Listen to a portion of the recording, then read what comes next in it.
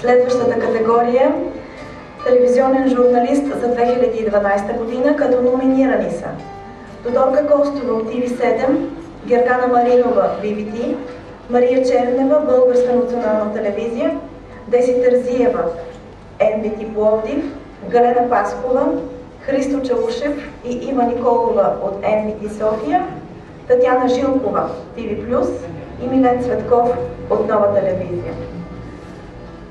Наградата ще връчи Ива Захариева, дъщерята на Теви Захариева.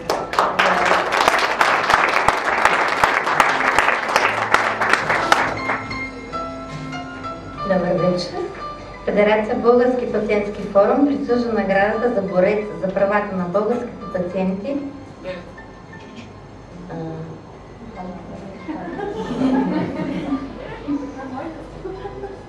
Ще да издам. Ама няма. Да. Така, сега вече истинност. Така. Федерация Български пациентски форум присъжда наградата за най-добър телевизионен журналист на Мария Чернева, БНТ.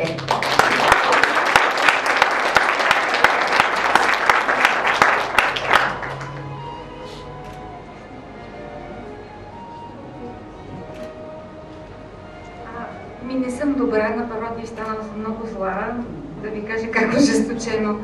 Даже по някой път говоря с хората, но някакси налага се. Не знам защо ми се получава с времето, с възрастта или просто заради проблемите, които така непрекъснато ни притискат. Много съм доволна да получа за втори път тази награда наистина, но искам да ви кажа какво стана с първата. При първото издание на наградите Даниела Сивизова имах честта и получих един страхотно хубава картина. Тя беше една такава хубава, жълта, излъчваше много положителна енергия. И моята колежка Валя Крушкина веднага каза: "Да, Мия!" Викам: "Не, Крушо, трай, мък, ето тук ще седи в редакция." Тя седя много дълго време в редакция.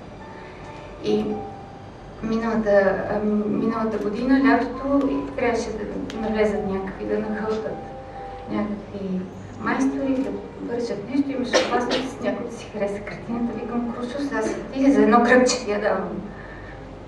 Крушкина е за много щастлива. И да ви кажа какво утешение ми е това, че тази картина я е радвала по някакъв начин, я е давала някакви сили. Си мисля така. Много така се получи връзка между двете наши, Крушкина и Дани. Случайно, но явно така е трябвало съдба. Много благодаря.